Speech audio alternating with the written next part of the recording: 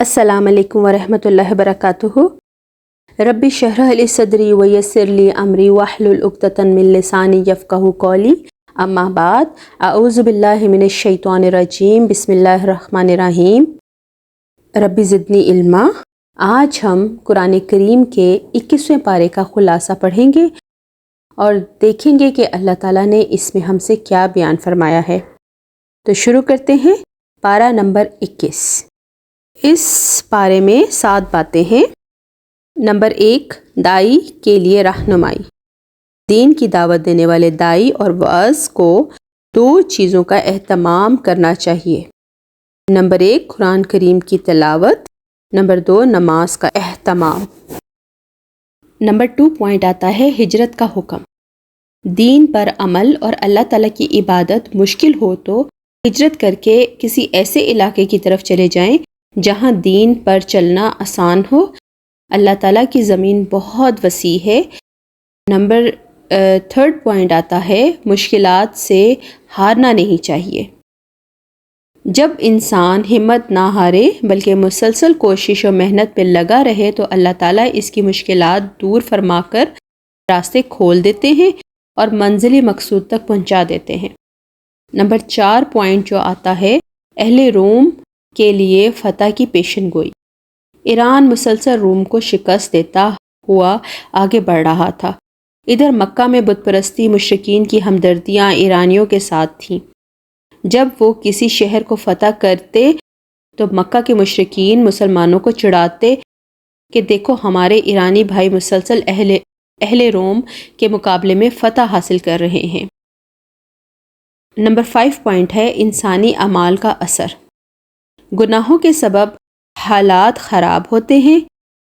جب بغیر گناہ کے کسی کو کوئی مصیبت یا تکلیف پیش آ جائے، جیسے انبیاء اور اولیاء کو جو مصیبتیں اور تکلیفیں پیش آتی ہیں، یہ ان کی آزمائش ہوتی ہیں اور اسی آزمائش کے ذریعے ان کے درجات بلند کیے جاتے ہیں۔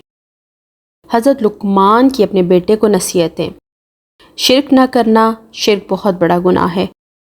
اگر کوئی چیز رائی کے دانے کے برابر بھی ہو تو اللہ تعالیٰ کی ذات ایسی ہے کہ اسے حاضر کر دے گی۔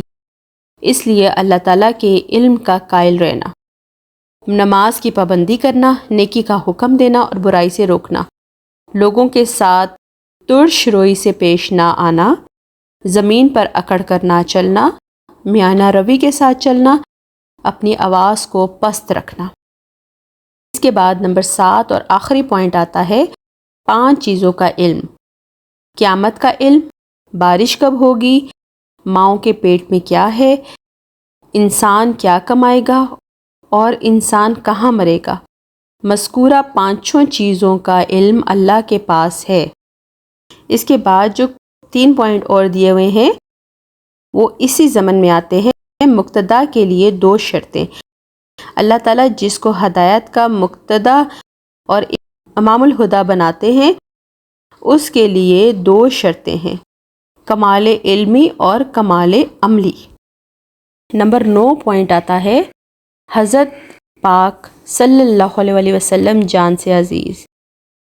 نبی اکرم صلی اللہ علیہ وسلم تمام مومنین کو ان کی اپنی جانوں سے زیادہ عزیز اور محبوب ہیں اور ازواج محترات مومنوں کی مائیں ہیں۔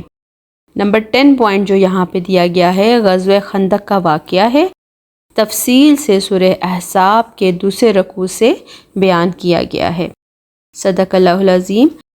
یہاں تک ہمارے قرآن پاک کے 21ویں پارے کا خلاصہ تھا۔ آپ سے گزارش کی جاتی ہے کہ آپ اس ویڈیو کو لائک کیجئے اور زیادہ سے زیادہ شیئر کیجئے، چینل کو سبسکرائب کیجئے اور بیل آئیکن کو دبانا مت بھولیے گا تاکہ اگلی آنے والی ویڈیوز کی نوٹیفیکیشن آپ کو فوری طور پر مل جائیں۔ اپنا بہت خیال رکھیے گا، دعاؤں میں یاد رکھیں۔ اللہ نگہبان۔